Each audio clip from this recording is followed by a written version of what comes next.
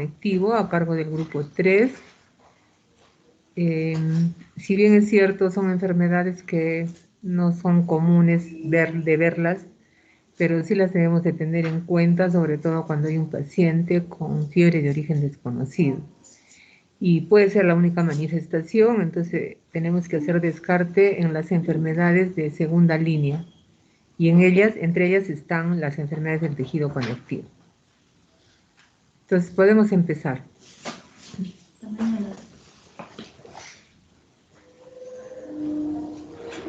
¿Ya acabó? No, está bien. Sí.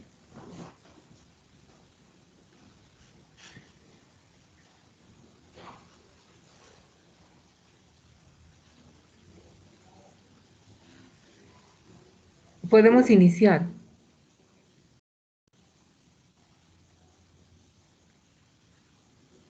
Sí, doctora, disculpe, no lograba tomar el control de las diapositivas. Bueno, vamos a empezar con lo que son enfermedades del tejido conectivo. Nosotros somos el grupo 3. Bueno, para esto vamos a ver primero que vamos a tratar las siguientes enfermedades, ¿no? Tenemos en nuestra tabla de contenidos lo que son el lupus, la artritis idiopática juvenil, dermatomiositis, esclerodermia y por último nuestra bibliografía. Bueno, para empezar vamos a ver que estas enfermedades se definen por la constelación de los resultados de la exploración física, los marcadores autoinmunitarios y otras pruebas serológicas, el estudio anatomopatológico del tejido y las radiografías. Se han definido también lo que son criterios diagnósticos en la mayoría de estas enfermedades. También lo que tenemos que hacer es reconocer los patrones clínicos, que sigue siendo un punto esencial para el diagnóstico porque no hay pruebas diagnósticas únicas y los resultados pueden ser positivos sin la necesidad de tener la enfermedad. Nos dificulta el diagnóstico ya que hay síntomas y signos que son característicos de más de una de estas enfermedades. Las principales imitadores, vamos a ver que son las infecciones y los tumores malignos, y después de una evaluación cuidadosa que excluya las causas que no son parte de este grupo de enfermedades, debe considerarse la remisión a un reumatólogo pediátrico para confirmar lo que es el diagnóstico y el tratamiento. La primera enfermedad que vamos a tratar va a ser el lupus eritematoso sistémico. Vamos a ver primero que el lupus eritematoso sistémico es una enfermedad autoinmunitaria crónica caracterizada por una inflamación multiorgánica y la presencia de autoanticuerpos circulantes dirigidos contra antígenos propios. En comparación con los adultos, es importante recordar que los niños y adolescentes con LES tienen una enfermedad mucho más grave y esta afecta a mayor número de órganos. Vamos a ver primero lo que es su etiología. La patogenia de LES sigue siendo en gran medida lo que es desconocida, pero se han identificado lo que son diversos factores que influyen en el riesgo y la gravedad de la enfermedad. La primera que vamos a tener va a ser la predisposición genética a LES, por asociación a anomalías genéticas específicas, entre ellas las deficiencias congénitas de C1q, C2 y C4, así como varios polimorfismos y el agrupamiento familiar de LES u otras enfermedades autoinmunitarias. Luego tenemos lo que es bueno, también vamos a tener que hay un componente genético que es claro. Sin embargo, su aparición es esporádica en las familias y su concordancia es incompleta, lo que nos indicaría una genética no mendeliana. Luego también tenemos ser mujer. El 90% de los sujetos afectados son mujeres, lo que hace que el sexo femenino sea el factor de riesgo más importante, teniendo en cuenta que la exposición a los estrógenos promueve la autorreactividad de los linfocitos B. Y por último, lo que son las exposiciones ambientales, que también pueden desencadenarles, todavía siguen siendo desconocidas, pero se incluyen entidades virales como el virus del Epstein-Barr y la luz ultravioleta. Después de su epidemiología, vamos a ver que la incidencia de LES en niños y adolescentes es de 1 a 6 casos en 100.000. Es inferior que la descrita en adultos, que es de 20 a 70 casos en 100.000. La prevalencia de LES es mayor en la raza negra, los asiáticos, los hispanos, los nativos americanos y los procedentes de las islas del Pacífico. Afecta principalmente, como ya habíamos mencionado, a las mujeres en una relación de 2 a 5 por cada hombre, antes de la pubertad, de 9 a 1 durante los años fértiles. El LES infantil también es infrecuente antes de los 5 años y suele diagnosticarse más que todo en la adolescencia. Vamos a seguir con lo que son las manifestaciones clínicas. Aquí vamos a ver que su presentación en la infancia o en la adolescencia difiere un poco a la que hemos observado en los adultos. Los síntomas que suelen presentar los niños son fiebre, astenia, anomalías hematológicas, artralgias y artritis. La artritis suele presentarse en el primer año siguiente al diagnóstico. La artritis puede ser dolorosa, presentar tumefacción indolora y a menudo con rigidez por la mañana, y es normalmente una poliartritis simétrica que afecta a las articulaciones grandes y también pequeñas. También vamos a mencionar aquí lo que es la enfermedad renal en el lupus, que suele ser asintomática.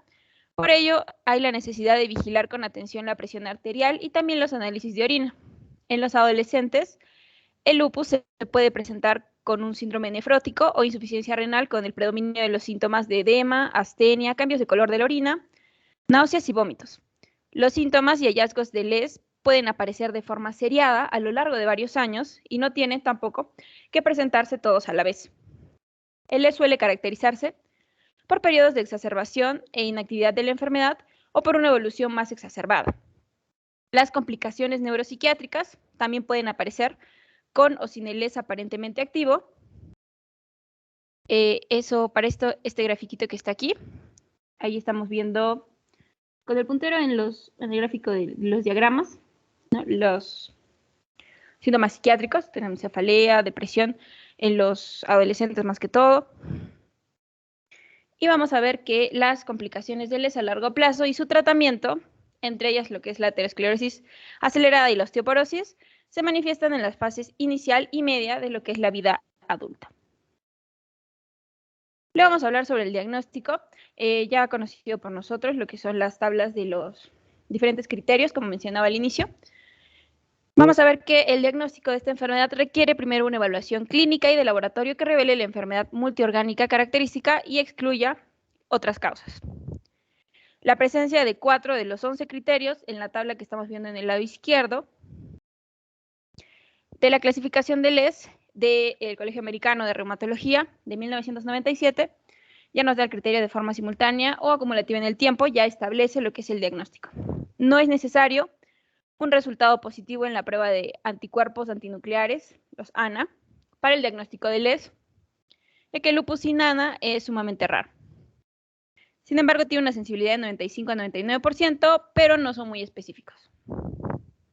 Los anticuerpos también vamos a considerar los que son contra el ADN bicatenario, y los anti-Smith son específicos de LES, un 98%, pero no son tan sensibles.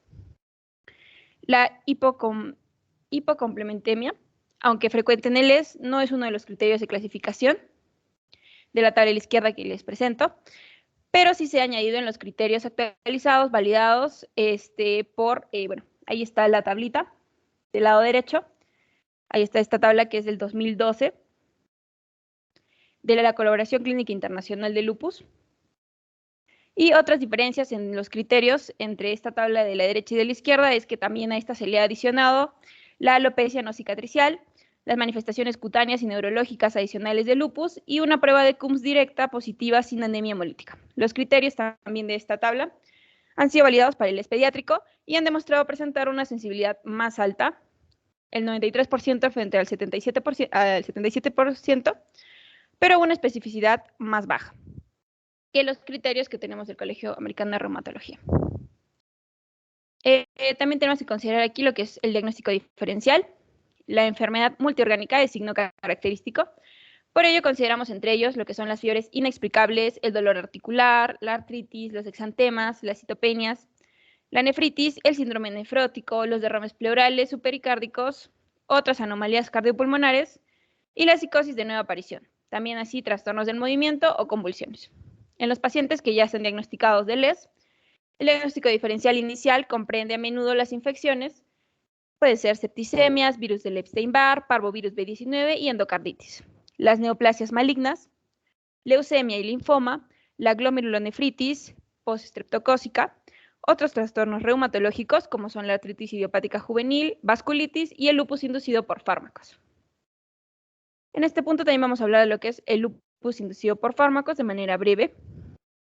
Se refiere a la presencia de manifestaciones de LES desencadenadas por la exposición a fármacos específicos, como lo son la hidralazina, minociclina, muchos antiepilépticos, las sulfamidas y los fármacos antiarrítmicos más frecuentes. Estas sustancias provocan un síndrome pseudolúpico reversible y afecta igualmente a mujeres y a varones. Las manifestaciones del lupus inducido por fármacos se resuelven habitualmente después de retirar los medicamentos que lo han provocado. Sin embargo, la recuperación completa también puede durar lo que son varios años o meses, requiriendo también lo que es tratamiento con hidroxicloroquina, AINES y o corticoides. Ahí estamos viendo justo lo que les mencionaba, los medicamentos, los que tienen asociación definitiva y los que tienen una asociación probable. Mi compañero va a continuar con lo que son las pruebas de laboratorio.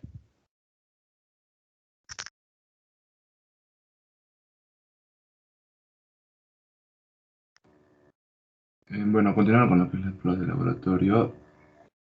Un momentito, doctora, quiero tomar el control. Ya está.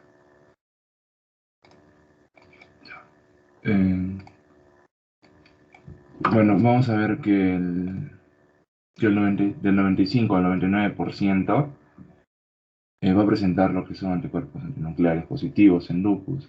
Vamos a ver que en estos tipos de anticuerpos, los títulos elevados, nos van a sugerir lo que es una enfermedad autoinmune subyacente.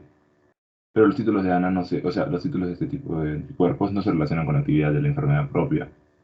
Entonces, por esto, repetir los valores cuantitativos de los anticuerpos antinucleares tras el diagnóstico no es muy útil. También tenemos los anticuerpos frente a ADN bicatenario, son específicos para lupus y vamos a ver que en muchos pacientes las concentraciones de anticuerpos anti-DNA bicatenarios se relacionan con la actividad de la enfermedad. Bueno, estos sí, no los otros, Ana. Bueno, los anticuerpos anti-Smith, aunque se encuentran específicamente en los pacientes con lupus, no suelen correlacionarse con la enfermedad activa.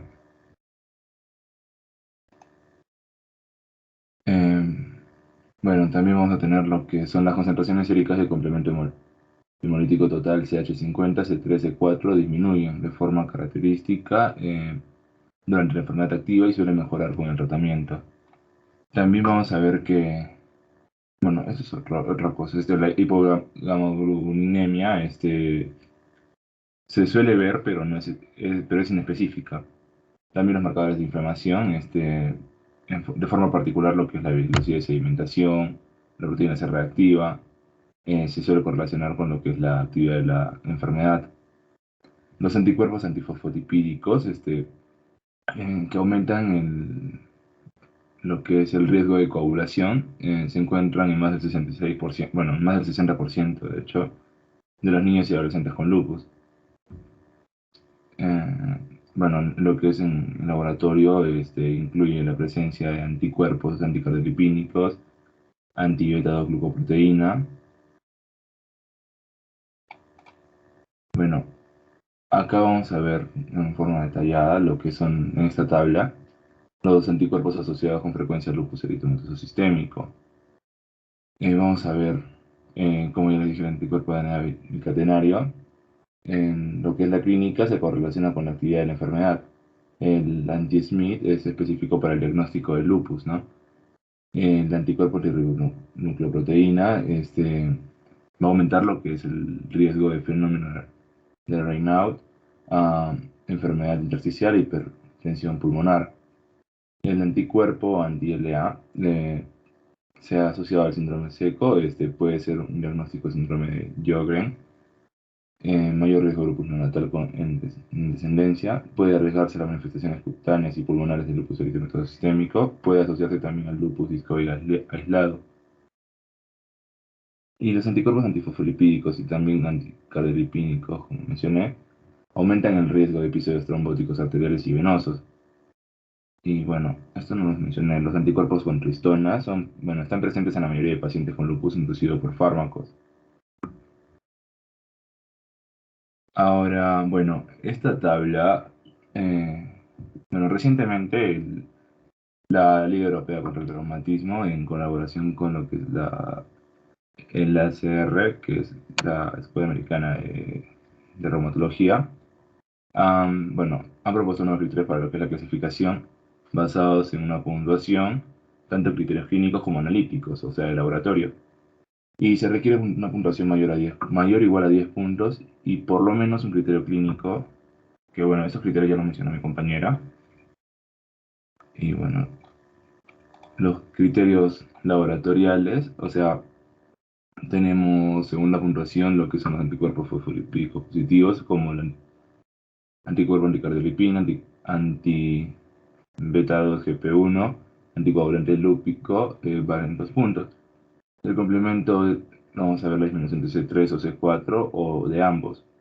Va a valer de 3 a 4 puntos. Y los anticuerpos específicos para lupus, como el anti-DNA bicatenario y el anti-SMIC. Ya, ahora en cuanto a lo que es el tratamiento, bueno, el objetivo principal es la remisión o la baja actividad de la enfermedad y la prevención de brotes y daño acumulado. Vamos a ver que el tratamiento es complejo y debe tener en cuenta el patrón habitual multisistémico de lo que es la enfermedad, adoptándose las recomendaciones a cada fase evolutiva. Eh, Existen recomendaciones sobre el uso del tratamiento intensivo en fases agudas de la enfermedad para conseguir lo que es la remisión y posterior un tratamiento de mantenimiento. Ahora tenemos lo que son medidas generales y farmacológicas. En lo que son las generales, se debe recomendar evitar la exposición a la luz solar, usar fotoprotección, bloqueadores con un índice de protección mayor a 50, una correcta inmunización según el calendario de vacunas, evitar el uso de tabaco, alcohol, drogas, hacer ejercicio físico regular y adoptado la actividad de la enfermedad, ¿no? En cuanto a lo que es el tratamiento farmacológico, a grandes rasgos tenemos lo que es el uso de la hidroxicloroquina, los fármacos modificadores modificadores de la enfermedad clásicos, los FAMES sintéticos, los fármacos modificadores de la enfermedad biológicos, los FAMES biológicos y los glucocorticoides. Bueno, ahora los voy a detallar a grandes rasgos. Bueno, lo que viene es la hidroxicloroquina. Bueno, es un fármaco que está indicado para todos los pacientes con lupus en una dosis menor a 5, de 5 a 6 miligramos por kilogramo por día, salvo en efectos adversos o contraindicaciones. Vamos a ver que es un fármaco que tiene buena tolerancia. Va a ser específico para lo que son las alteraciones cutáneas y articulares. Aunque hoy en día su mecanismo de acción no se conoce en su totalidad. Va a reducir, frecuencia lo que son los brotes y retrasa la aparición de los nuevos síntomas en la enfermedad temprana y previene los eventos trombóticos que ya se había mencionado. También tenemos los glucocorticoides que son la primera línea del tratamiento en fase aguda. Hay estudios que demuestran que han mejorado la supervivencia de los pacientes, pero se recomienda limitar su uso por los efectos secundarios que estos tienen. Podemos usar glucocorticoides tópicos en manifestaciones cutáneas, se recomienda evitar el uso prolongado. También podemos usar la prednisona menor a 0.6 miligramos por kilogramo por día. Esta es una dosis única matutina en manifestaciones no graves. También la prednisona de 1 a 2 miligramos por kilogramo por día en 1 a 3 dosis en casos de manifestaciones graves, pero sin riesgo vital intermedio, no inmediato. Y también se puede usar lo que son los cursos de metilprednisolona intravenosa de 10 a 30 miligramos por kilogramo durante 3 a 5 días consecutivos. Ahora también tenemos lo que son los fármacos modificadores de la enfermedad clásicos. Acá podemos usar lo que es el metotrexate en dosis de 10 a 15 miligramos por metro cuadrado, esto por semana. Por lo general se usa para lo que es el tratamiento de la artritis y las manifestaciones cutáneas y una que otra afectación del sistema nervioso central leve o moderada. Se suele usar por vía oral o subcutánea. También podemos usar la acetoprima de 1 a 3 miligramos por kilogramo por día, el micofenalato mofetilo de 600 miligramos por metro cuadrado dosis o de 500 a 1000 miligramos dosis cada 12 horas. Este fármaco vamos a ver que es bien tolerado. bueno, uno de las manifestaciones clínicas, o sea, como efectos secundarios, tienen las manifestaciones digestivas, pero suelen ser leves. Y para terminar, también tenemos lo que es la ciclofosfamida.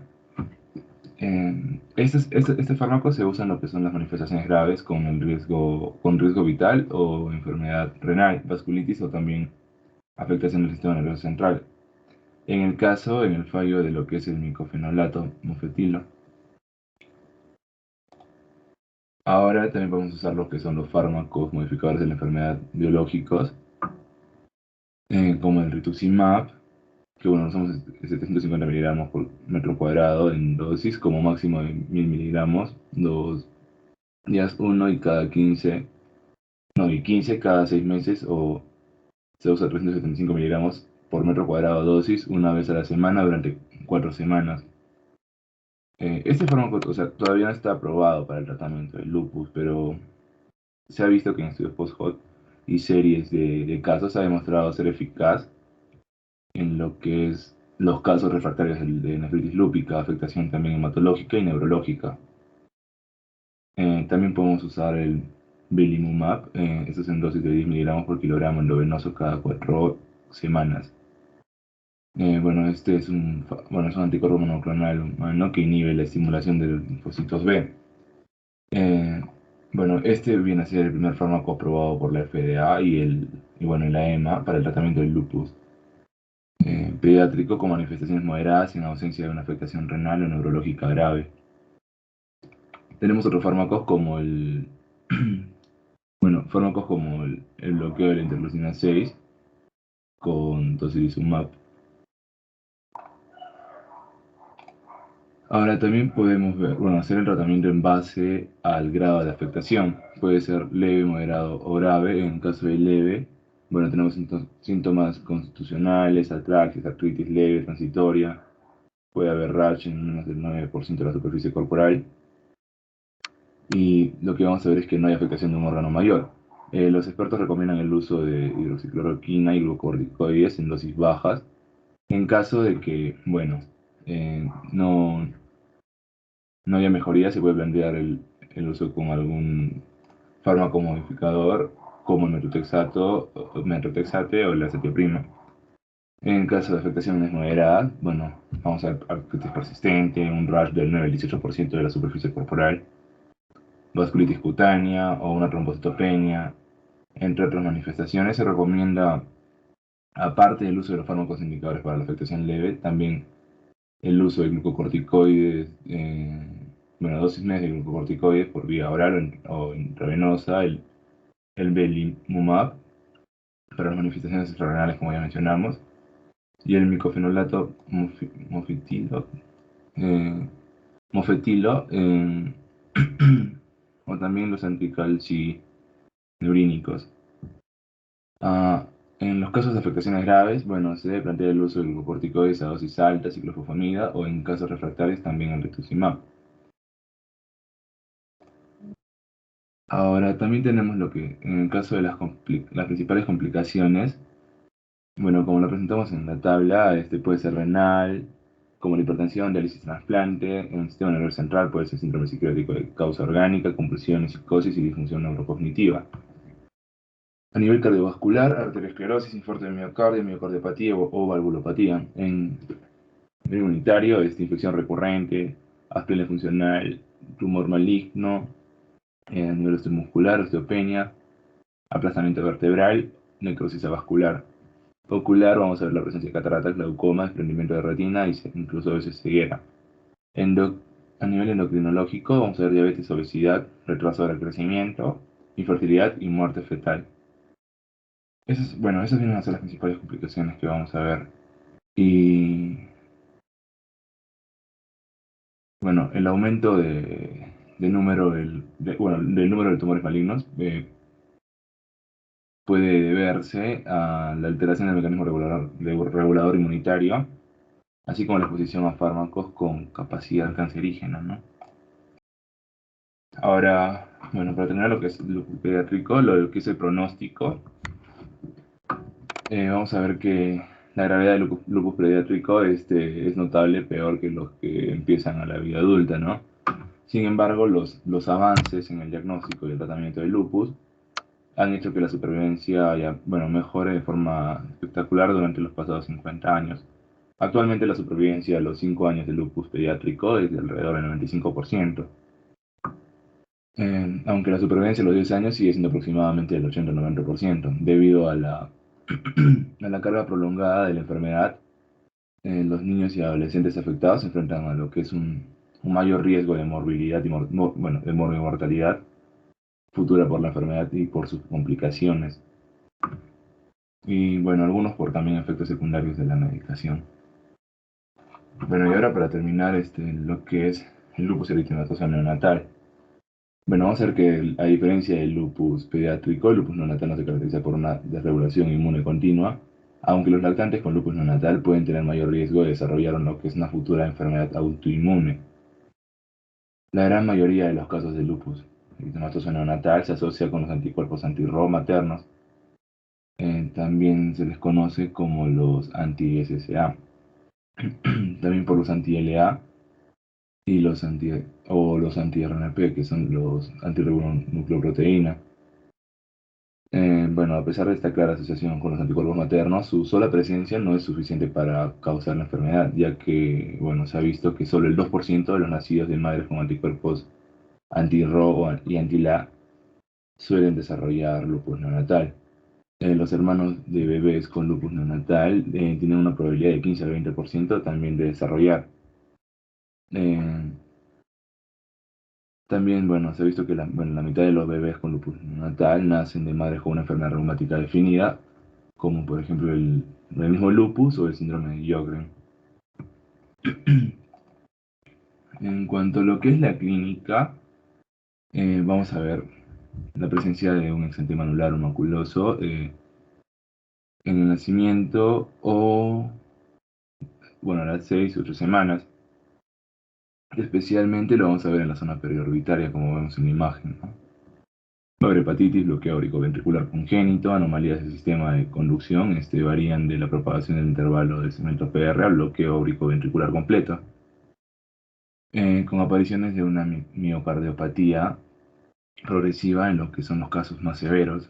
Las manifestaciones extracardíacas del lupus eritematoso neonatal suelen ser reversibles, mientras que el bloqueo de tercer grado auriculoventricular congénito vamos a ver que es permanente.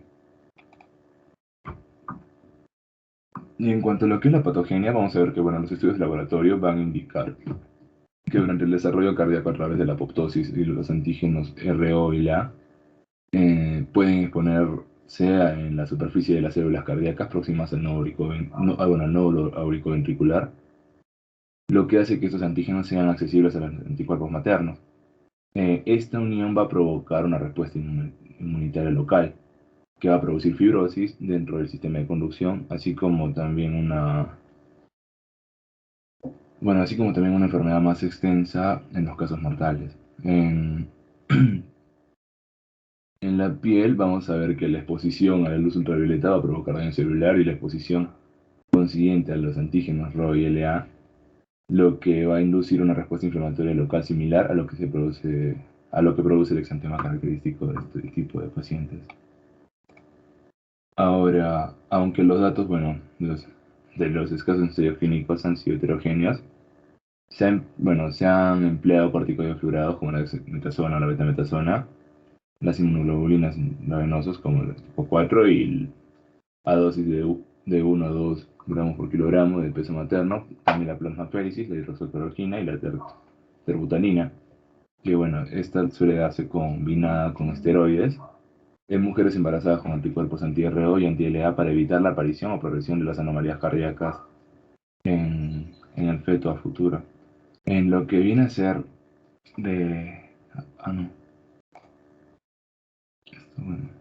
lo que viene a ser algunos estudios sobre lo que es el tratamiento, vamos a ver que lo más alentador que vamos a encontrar son los estudios de corte retrospectivo que sugieren que el tratamiento materno con hidroxicloroquina puede reducir lo que es la frecuencia y la recurrencia del bloqueo cardíaco congénito, que esta va a ser la complicación más grave, ¿no? En el útero, los corticoides fluorados, como la dextrometasona, parece mejorar en los casos de hidropesía fetal, además de la adición de terapia con beta-agonistas para aumentar lo que es la frecuencia cardíaca fetal, utilizando en combinación con corticosteroides o inmunoglobulina 4 para ayudar a prevenir la hidropesía en casos de bloqueo cardíaco fetal grave. Sin embargo, datos recientes sobre la búsqueda del registro, el RSH, Registro of Neonatal Lupus, sugiere que la dexametasona no es eficaz para lo que es para lo que es prevenir la progresión del bloqueo aislado de tercer grado, lo cual, lo que influye en la necesidad de estimular después del nacimiento la supervivencia general. Y también se ha visto que el tratamiento de soporte suele ser adecuado para las manifestaciones hepáticas y neurológicas a medida que el recién nacido elimina los anticuerpos maternos durante los primeros 6 meses de vida.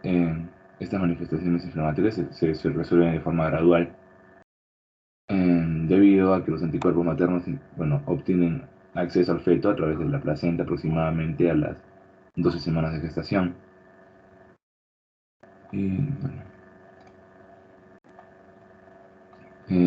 este es más que todo un algoritmo para lo que es el tratamiento de lo que es el embarazo con anticuerpos, con presencia de anticuerpos anti-ROI y anti-LA. Y es como por resumen. No sería todo mi parte, doctora. Bien, doctora, vamos a continuar. Soy Leslie Cornejo. Voy a continuar con lo que será la artritis idiopática juvenil. Vamos a ver que esta va a ser una enfermedad más frecuente en niños. Es la enfermedad reumática más frecuente en niños y es una de las patologías crónicas más frecuentes de la infancia. También existen diferentes esquemas de clasificación. La ACR va a emplear el término de artritis reumatoide juvenil y va a establecer aquí diferentes criterios que lo vamos a exponer a lo largo de la presentación. El más importante aquí que nos ofrece es establece 3 categorías en función al inicio de la enfermedad. Vemos aquí el tipo de inicio definido por tipo de afección articular en los primeros 6 meses después del inicio. Vemos que existe la poliartritis, 5 o más articulaciones inflamadas, la oligoartritis, 4 o menos articulaciones inflamadas y una enfermedad de inicio sistémico, que es una artritis con erupción cutánea y una fiebre cotidiana característica. Aquí tenemos, podría decirse que es el cuadro resumen más importante sobre este tema. Nos menciona los diferentes tipos de artritis idiopática juvenil que existe. Tenemos, por ejemplo, aquí la artritis sistémica. La edad de inicio es de 1 a los 5 años. También nos menciona aquí cómo es el patrón de esta artritis, que es poliarticular, que suele afectar a las rodillas, muñecas, tobillos, también dedos y el cuello y las caderas. Vamos a tener aquí también el otro tipo, que es la oligoartritis, que afecta más que todo lo que sería rodillas, también tobillos y dedos. La poliartritis, que tenemos como el factor reumatoide positivo y negativo. Aquí tenemos los diferentes patrones, así que este cuadro es muy importante es como el resumen más que todo de la presentación. Luego vamos a tener aquí lo que sería la epidemiología. La incidencia mundial de la artritis idiopática reumatoide es alrededor de 0,8 a 22,8 por 100.000 niños en todo el año, con una prevalencia aproximada de 7 a 401 por 100.000 niños. La más frecuente va a ser la oligoartritis del 40 al 50%, y aquí vemos cómo va disminuyendo la frecuencia de la poliartritis y de la que sería sistémica. Vamos a tener que la edad máxima de inicio de la enfermedad de la oligoarticular está entre los 2 a 4 años, y de la que sería la sistémica aparece entre el 1 y los 5 años. Tenemos lo que sería la etiología. Actualmente no se conocen el origen y la patogenia de la artritis idiopática juvenil, aunque se consideran que existen factores desencadenantes genéticos y no genéticos. Los genéticos, vemos que existen múltiples genes que pueden influir en la proclividad de la enfermedad. Existen variantes de las regiones más importantes, que será la clase 1 y la clase 2 del complejo principal de histocompatibilidad, y se ha asociado a estos diferentes subtipos de la artritis idiopática juvenil. Entre estos también polimorfismos tenemos los que codifican la proteína tirosina fosfatasa, no receptora 22. Aquí muy importante el factor de necrosis tumoral alfa, que vamos a verlo mucho en lo que sería el tratamiento. Y también el factor inhibidor de los macrófagos, la interleucina 6 y también la interleucina 1 alfa. Los posibles desencadenantes no genéticos, vamos a tener las infecciones bacterianas o víricas, el aumento de las respuestas inflamatorias a las proteínas del shock térmico bacterianas o micobacterianas, las concentraciones anómalas de las hormonas reproductivas y los traumatismos articulares. Vamos a ver la patogenia, que esta es una enfermedad autoinmunitaria asociada a la alteración de las inmunidades humoral y celular. Los linfocitos T van a tener una función central, ya que liberan citocinas proinflamatorias que favorecen una respuesta al linfocito T cooperador del tipo 1. Y la actividad del linfocito B, la formación de los inmunocomplejos y la activación del complemento también promueven a lo que sería esta inflamación.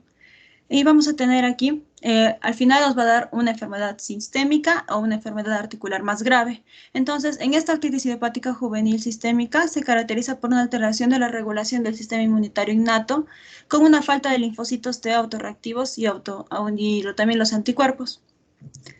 También, aquí vamos a tener, por lo tanto, puede clasificarse de forma más precisa en un trastorno autoinflamatorio. La hiperplasia endotelial vascular.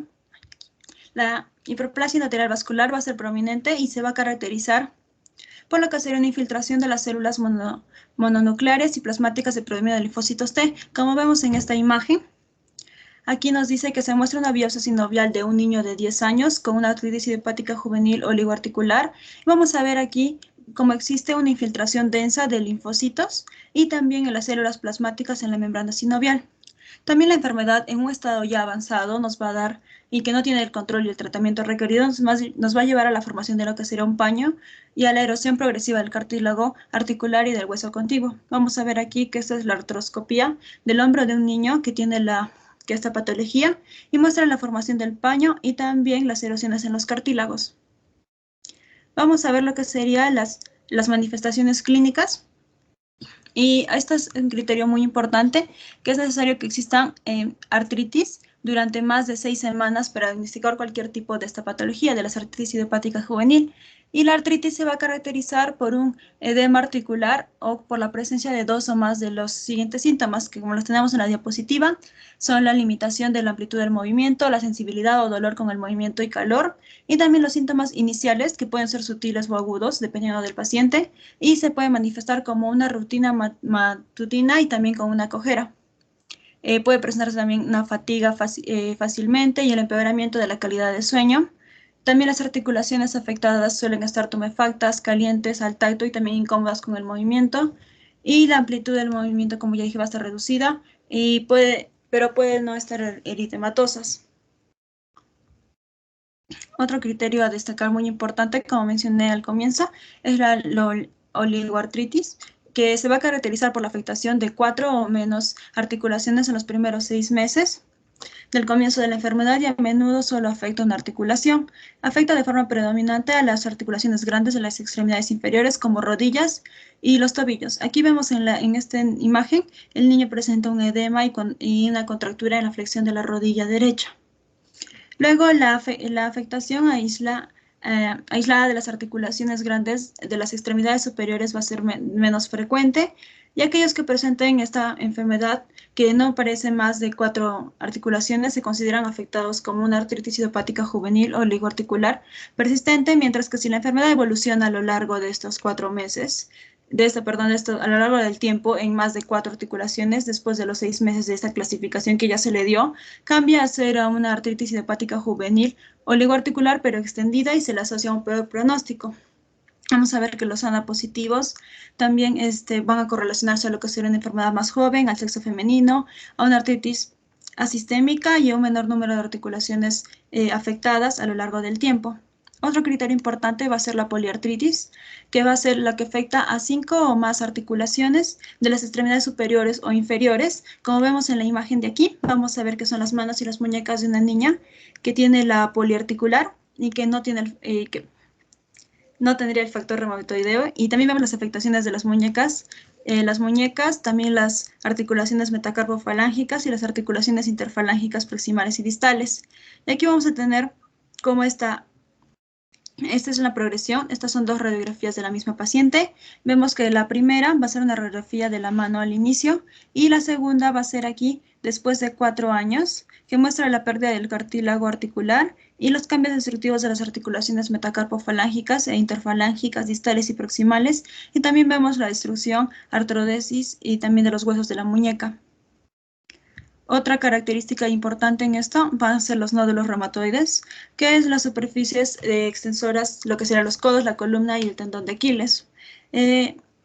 Aunque no van a ser muy comunes, se asocian a evoluciones que son graves y la mayoría de las veces se forma, van a ser en individuos que tengan el factor reumatoideo. Luego vamos a tener a lo que sería la micrognatia, que es una manifestación crónica de la articulación temporomandibular. Y vamos a tener aquí, que es una tomografía de la articulación temporomandibular de un paciente con una artritis juvenil idiopática que muestra la destrucción de la parte derecha. También afecta esta patología a lo que sería a las vértebras cervicales, que presenta como una disminución de la extensión del cuello que conlleva a un riesgo de la subluxación y también tiene secuelas neurológicas. Tenemos que en la artritis idiopática juvenil, pero la sistémica, presenta artritis, fiebre, exantema y afectación visceral prominente, que incluye hepatoesplenomegalia, linfadenopatías y serositis, también lo que será la pericarditis. Y la fiebre aquí, como tenemos en este gráfico, va a ser característica, definida por picos que pueden llegar hasta ser mayor o iguales a 39 grados. Aquí está. Y también aparece diario o cada 2 días durante al menos 2 semanas y luego retorno rápido a las temperaturas normales o también el paciente puede estar hipotérmico. Luego, la fiebre puede presentarse por la tarde y con frecuencia se acompaña de un exantema macular eritematoso suave. Estas lesiones van a ser de color salmón, típicas de la sistémica, van a ser lineales, también circulares, y su distribución es frecuente sobre el tronco y la región proximal de las extremidades, como en la imagen. El exantema clásico es macular, no pruriginoso y transitorio. Las lesiones duran en el 70% de los niños afectados. Para el diagnóstico vamos a entender que es un diagnóstico clínico sin ninguna prueba diagnóstica de laboratorio, por lo tanto es importante hacer la exclusión clínica con otras patologías y también los datos de laboratorio, incluidos lo que sería el ANA y el factor reumatoideo, son solo de un apoyo o pronóstico y sus resultados pueden ser normales en pacientes con esta artritis idiopática juvenil. También tenemos lo que serían las pruebas de laboratorio. Van a presentar anomalías hematológicas y suele reflejar el grado de la inflamación sistémica o articular que tenga este paciente. Generalmente tiene un elevado recuento de leucocitos y plaquetas y también tiene una anemia microcítica. Puede elevar la velocidad de sedimentación, también la proteína C reactiva, aunque no va a ser lo usual en los niños que tienen la artritis hepática juvenil, pero se puede presentar. También va a existir títulos elevados que tenemos de LANA, en el 40 al 85% de los niños que tienen la sistémica, la oligoarticular o poliarticular, pero no va a ser tan común. También es importante cómo existen los cambios radiológicos tempranos en esta artritis, que van a ser el edema, en el edema tisular, la osteopenia periarticular y la aposición del hueso nuevo periósteo alrededor de las articulaciones afectadas. Como vemos en esta imagen, vamos a ver que hay unos cambios radiológicos después de tempranos. Estas son 6 semanas de duración de la enfermedad, 6 meses, perdón, de la artritis idiopática juvenil. Y vamos a ver el edema que existe en los tejidos blandos y la formación del nuevo hueso periósteo. Aparecen subyacentes articulaciones interfalángicas próximas del segundo y el cuarto dedo. También vamos a tener que la enfermedad activa puede llegar a producir erosiones subcondrales, la pérdida del cartílago con diferentes grados de destrucción o artrodesis. Y vemos también que la resonancia magnética va a ser más sensible que las radiografías para detectar cambios primarios. Aquí tenemos múltiples erosiones de los huesos del carpo. Luego ya el tratamiento. Los objetivos de este tratamiento son alcanzar la remisión de la enfermedad, prevenir y determinar el daño articular, impulsar también el crecimiento y el desarrollo normales. Todos estos niños necesitan tratamientos individuales y es necesario adaptar también la atención del paciente en función del subtipo y la gravedad de la enfermedad. Vamos a tener aquí toda esta tabla, nos puede ayudar más o menos todos los fármacos a conocer el tratamiento, que sí es bastante extenso, y también vamos a ver aquí que los niños con oligoartritis muestran a menudo una respuesta parcial a los fármacos antiinflamatorios no esteroideos, a los AINES y con mejora a la inflamación y al dolor. Vamos a tener que a los que no responden o responden parcialmente después de 4 a 6 semanas el tratamiento con AINES, o los que tienen limitaciones funcionales con una contractura articular o también las discordancias de la longitud de las piernitas, les será beneficioso las infiltraciones interarticulares de corticoides. Vamos a ver que existe el hexacetónico de triamcinolona. Va a ser un preparado de larga duración que proporciona una respuesta prolongada. Una parte sustancial de estos pacientes con oligoartritis no responde a los AINES ni a estas inyecciones de corticoides y por lo tanto necesitan un tratamiento de fármacos antirreumatoideos modificados de la enfermedad, que son los FARME, incluyendo el metotrexato, y si no hay respuesta, los inhibidores del factor de necrosis tumoral. Los AINES solo raramente inducen a la remisión de la enfermedad de estos niños con poliartritis o artritis idiopática juvenil sistémica. El metotrexato va a ser el más antiguo y el menos tóxico de estos FARME disponibles para ese tratamiento. Suele tardar de 6 a 12 meses en ver los efectos de este. Y también la ineficiencia del tratamiento solo con metotrexato va a justificar la que sea adicionar este tratamiento a lo que será un fármaco biológico. Estos van a inhibir las citocinas proinflamatorias como el factor necrosis tumoral alfa, la interleucina 1 y la 6. Y estos han demostrado que tienen un excelente control de la enfermedad. Estos antagonistas se emplean para tratar a los niños con respuesta inadecuada al metotrexato con fármacos pronósticos. Y también vamos a ver aquí que la inhibición del factor de necrosis tumoral no es tan eficaz para los síntomas sistémicos. También cuando ahí se utilizaría un tratamiento ambulatorio. Y lo más importante, que los FARME van a reducir la exposición a los corticoides y el metotrexato y los inhibidores del factor de necrosis tumoral alfa van a ser eficaces en este tratamiento. Aquí tenemos que es importante con el tratamiento hacer exploraciones oftalmológicas periódicas con una lámpara de hendidura para controlar un signo importante que se da, que es la uveitis asintomática, como vemos en la imagen, y que sería aquí la uveitis anterior crónica, que presenta como sinequias posteriores y ausencia de la inflamación significativa de la esclera, y en esta imagen vemos cómo sería como una turbidez en el líquido de la parte anterior de la cámara, y también tiene unas precipitaciones corneales para la superficie posterior de la córnea, que presenta pequeñas acumulaciones de las células inflamatorias. Y eso sería todo por mi parte, doctora. Gracias.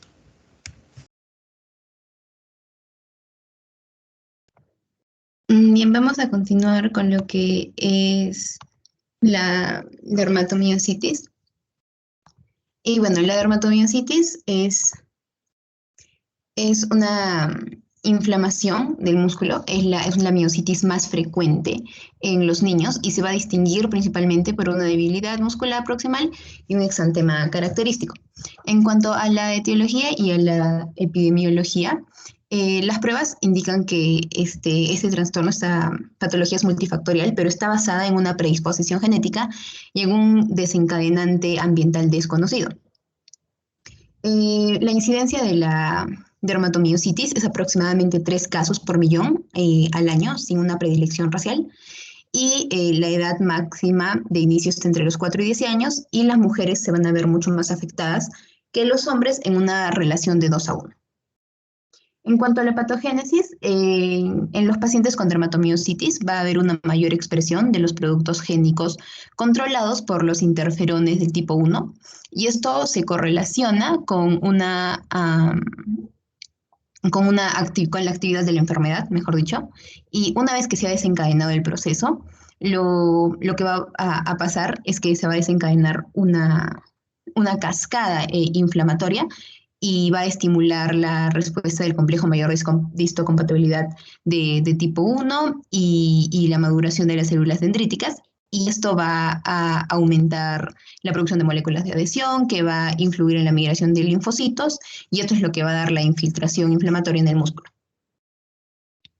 En cuanto a las manifestaciones clínicas, los niños con dermatomiositis juvenil van a presentar principalmente el exantema, debilidad progresiva o ambos. El exantema es el primer síntoma que se da en el 50% de los casos, y en el caso de la debilidad muscular es gradual y es difícil de diferenciar de la astenia al principio.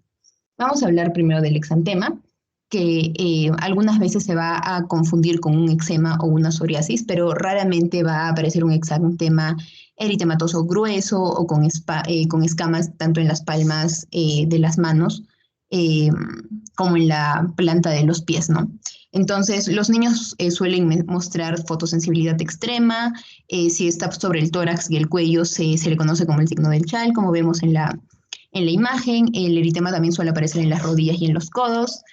También algo muy característico es el exantema heliotropo, que es un cambio de coloración azul-violeta en los párpados, que se va a apreciar con un edema periorbitario, como también vemos en la imagen. Luego tenemos un eritema facial, que va a cruzar los pliegues nasolabiales, y las pápulas de Gotrón, que son placas engrosadas atróficas brillantes de color rosado sobre las articulaciones interfalángicas distales y ocasionalmente en las rodillas. Ahora vamos a pasar a lo que es la debilidad progresiva, y esta va a estar asociada a ser gradual y difícil de diferenciar, como mencioné al inicio de la astenia. Y lo que es característico es que es simétrica y va a afectar a la parte proximal de los músculos, como los flexores del cuello, la cintura escapular y los flexores de la cadera. Y los padres pueden referir que su hijo va a tener dificultad para subir las escaleras, para peinarse, para levantarse de la cama. Y a la exploración física lo que vamos a encontrar es una incapacidad del niño para incorporarse. Entonces el niño va a tener dificultad para mantener la cabeza erguida después de un periodo cuando es lactante, y vamos a encontrar el signo de Gower, que es que el niño va a apoyar las manos sobre los muslos para poder levantarse, ¿no? Y también estos pacientes pueden rodar sobre uno de sus lados en lugar de alzarse, ¿no? Y bueno, aproximadamente la mitad de los niños muestra esta debilidad como resultado de la inflamación muscular. También se va a ver afectados los músculos esofágicos, respiratorios, y es esencial evaluar la presencia de disfonía o voz nasal para poder ver si es que hay una dificultad respiratoria, ya que puede ser una urgencia médica. Y aquí en este cuadro les presento algunas manifestaciones adicionales. Como vemos, la debilidad muscular es la principal, y bueno, las lesiones cutáneas también, ¿no? Para el diagnóstico, va a requerir la presencia del exantema característico y al menos 3 signos de inflamación y debilidad muscular. Y muchas veces el diagnóstico se retrasa a causa de la naturaleza gradual del inicio de la enfermedad. Entonces, en el cuadro os presento los criterios diagnósticos. Tenemos el exantema clásico, como mencioné, el heliotrópico o las pápulas de Gotrón, y más de los siguientes signos: la debilidad muscular, la elevación de las enzimas musculares, los cambios electromiográficos y la biopsia muscular. En la biopsia más que todo está indicada cuando el diagnóstico es dudoso y para clasificar la gravedad de la enfermedad. Y lo que vamos a ver en la biopsia es unos signos de necrosis focal y fagocitosis a nivel de los músculos. Luego, en el diagnóstico diferencial, va a depender de los síntomas presentes, pero si tenemos una debilidad sin exantema, podemos pensar en una polimiositis, distrofia muscular, miastenia o miositis por infección. Si tenemos infección que está asociada a síntomas musculares, tendríamos que pensar en una triquinosis, bartonella, toxoplasma. Si tenemos miositis en niños, también puede estar asociado a vacunas, a fármacos o a las hormonas de crecimiento. Y si tenemos solo inflamación muscular, tenemos que pensar en niños también con lupus, artritis idiopática o una enfermedad mixta del tejido conectivo. Ya.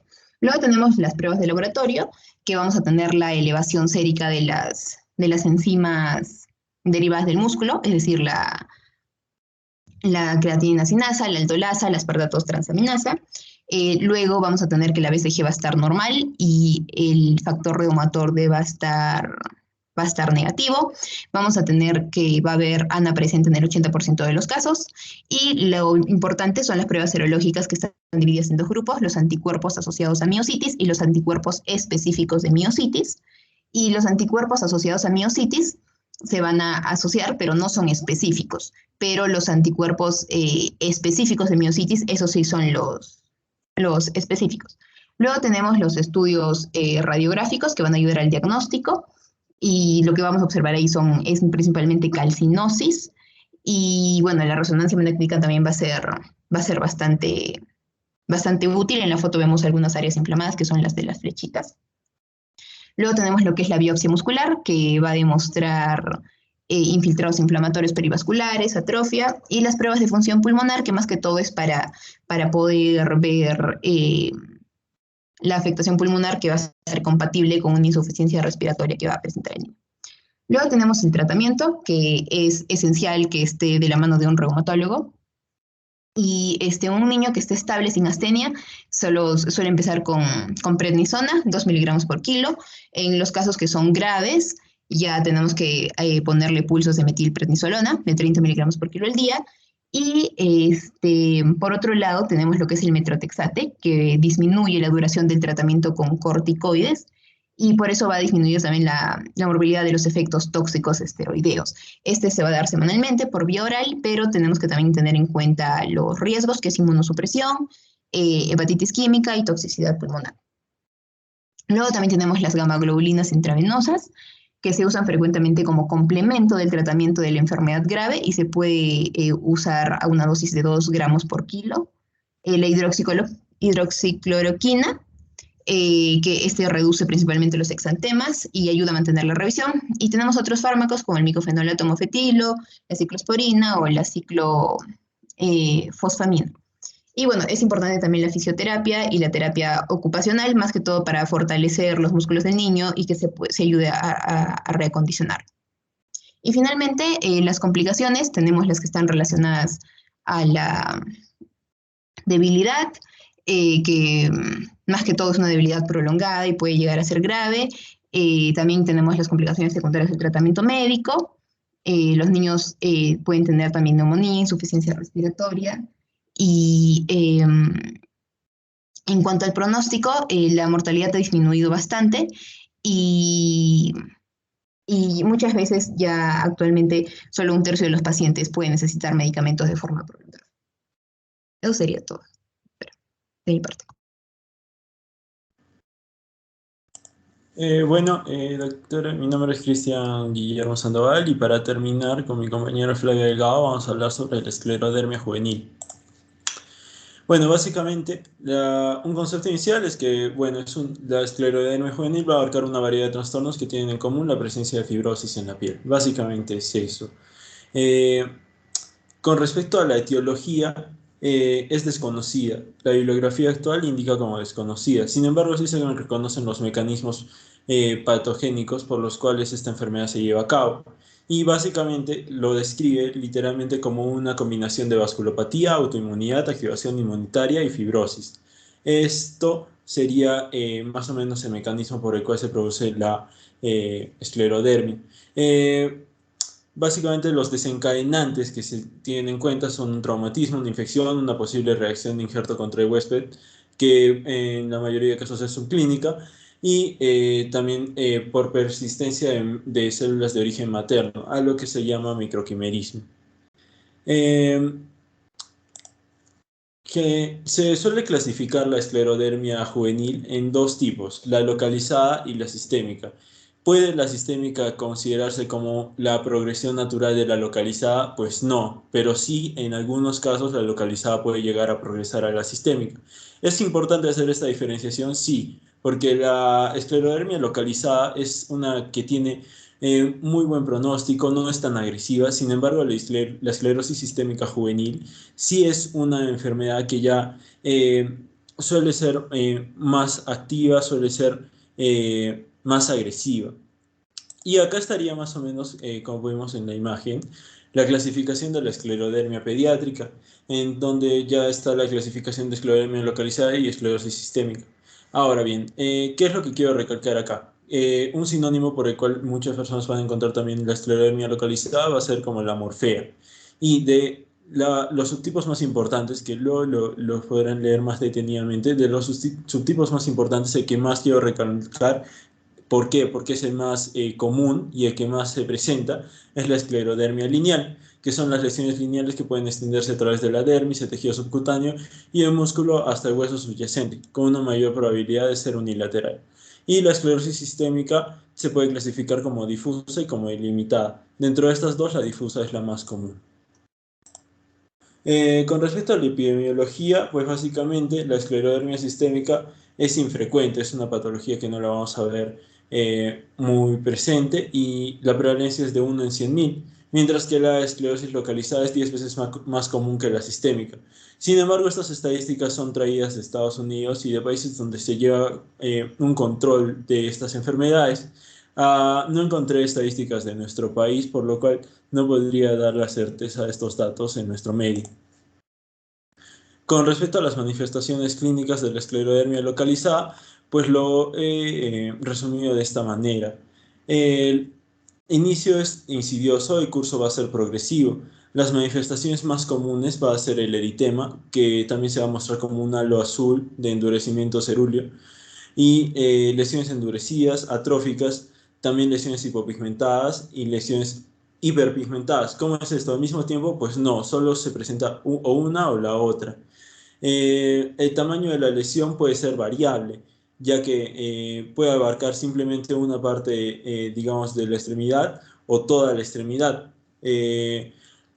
Concomitantemente pueden existir otro tipo de patologías, ya que vemos que esta está muy relacionada con patologías inmunitarias. Puede existir artralgia, sinovitis o contracturas en flexión, que son de acá lo más común serían las artralgias. Y bueno, la afectación del sistema nervioso se ha descrito como convulsiones, como una atrofia hemifacial, como la uveitis ipsilateral y cambios en el aprendizaje y comportamiento. Esto hablando de la esclerodermia localizada y no de la sistémica. ¿Por qué? Eh, bueno, acá les he colocado algunas imágenes que se pueda reconocer. Aquí está la lesión. De izquierda a derecha podemos ver lesiones endurecidas atróficas hipohiperpigmentadas. En este caso es hiperpigmentada. Y vemos que está abarcando casi todo el miembro superior.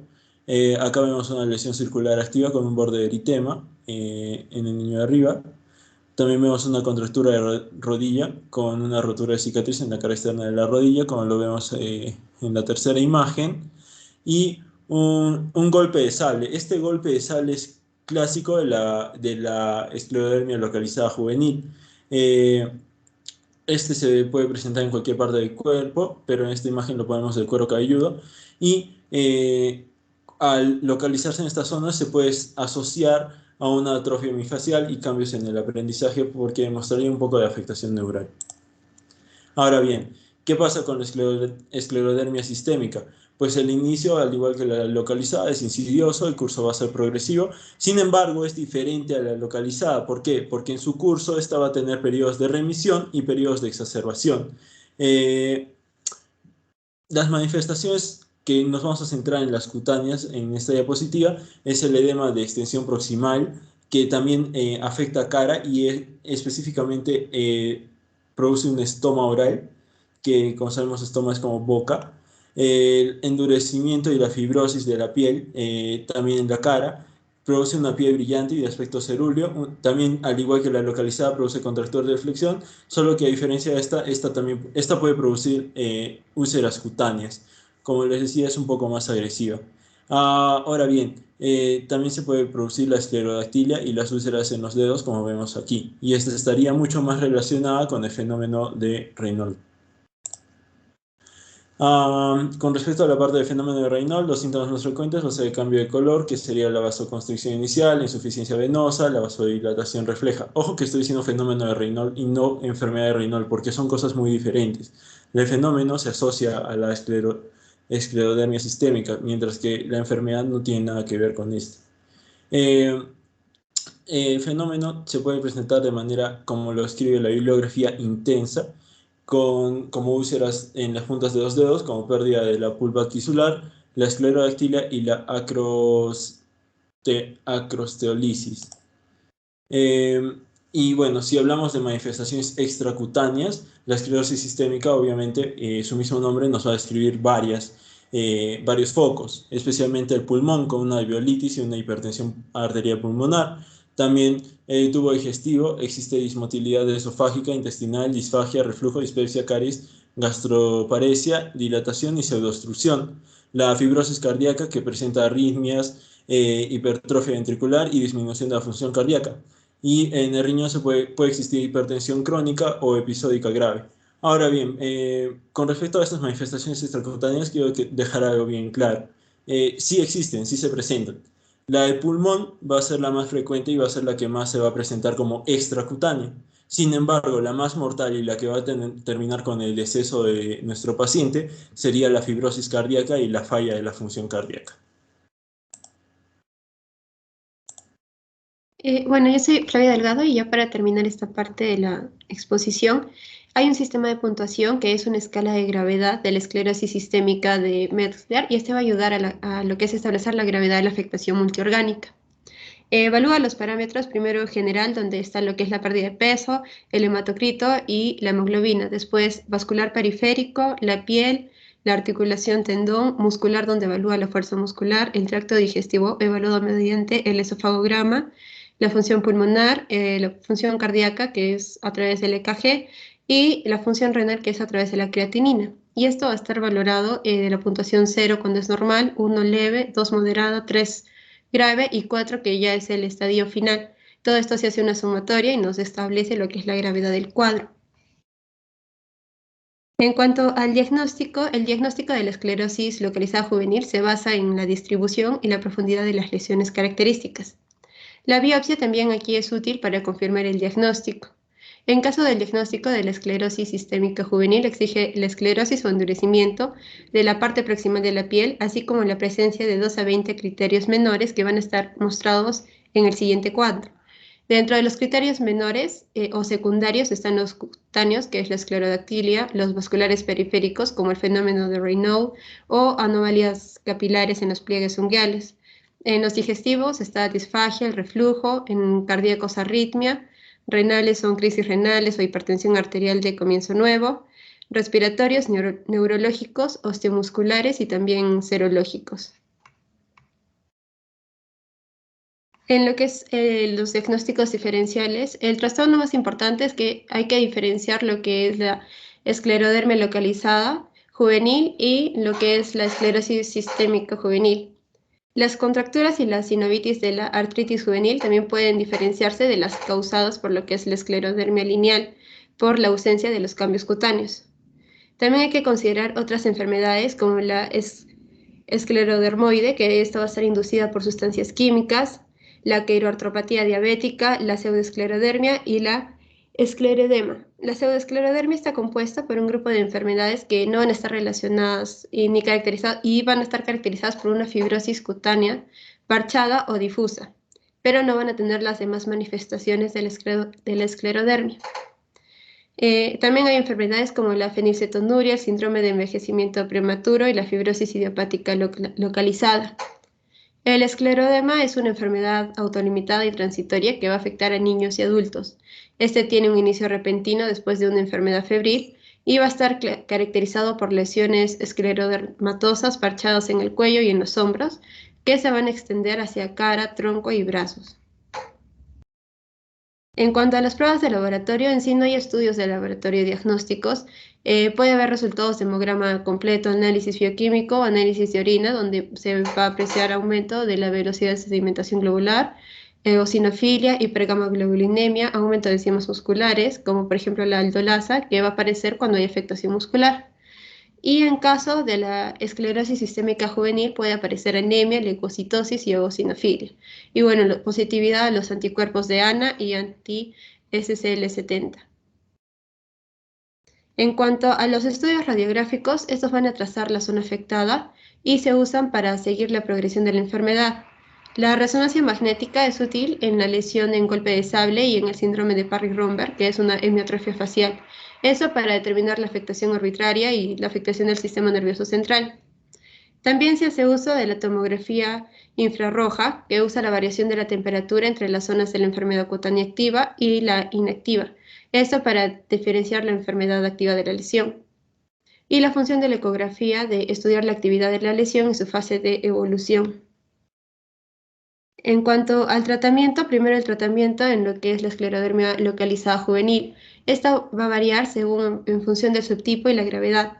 Para lo que es este tratamiento se va a recomendar la combinación del metotrexato y los corticoides, que va a impedir que la lesión se extienda y produzca un reblandecimiento cutáneo significativo. Puede ser empleado de 3 maneras. El metotrexato subcutáneo semanal en dosis de 1 miligramo por kilo, con dosis máxima de 25 miligramos. La segunda es el metotrexato subcutáneo semanal durante 3 días consecutivos, un mes, o corticoides semanales a la misma dosis que va a estar durante 3 meses, o corticoides orales diarios en dosis altas con un deceso gradual lento en 48 semanas. Como fármaco de segunda línea se usa el micofenolato de mofetilo en la enfermedad recalcitrante. También se emplea lo que es el tratamiento ocupacional y fisioterapia, que van a estar complementarios al tratamiento farmacológico previamente mencionado. En cuanto al tratamiento de esclerosis sistémica juvenil, estos están dirigidos a las manifestaciones específicas de la enfermedad. El fenómeno de Raymond se trata evitando la exposición al frío, el uso de calentadores para manos y pies, evitar llevar bolsas por las asas, ya que esto va a entorpecer la circulación, y los procedimientos farmacológicos que son empleados solo para los casos graves. El tratamiento es con antagonistas de calcio de 30 a 60 miligramos de nifedipino de liberación lenta una vez al día, o 2,5 a 10 miligramos de amlodipino una vez al día. Otros posibles tratamientos también se consideran los sartán, prazosin, y la ciclofosfamida y el metotrexato se usa para tratar en casos de alveolitis pulmonar y evitar la fibrosis. Y el pronóstico, la esclerodermia localizada juvenil es autolimitada con una fase inflamatoria inicial, seguida de un periodo de estabilización y después de reblandecimiento en una enfermedad con una duración media de 3 a 5 años.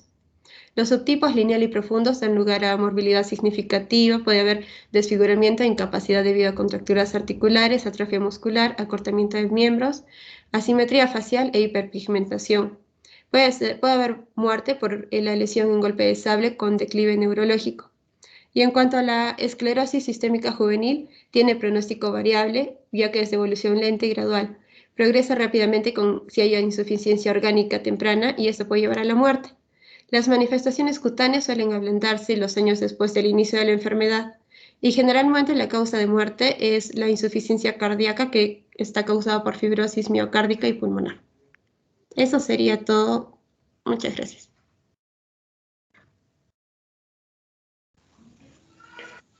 Bueno, nos hemos recontrapasado el tiempo, a pesar que solo han sido 6 expositores. Bueno, preguntas para sus compañeros, o no hay presentes.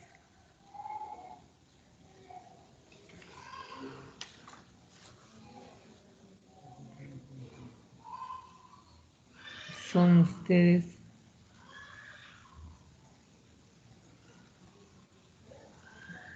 Son casi, ¿cuántos son alumnos en toda la sección? Son 7 grupos, pues son casi más de 70, pero solo creo que hay 25.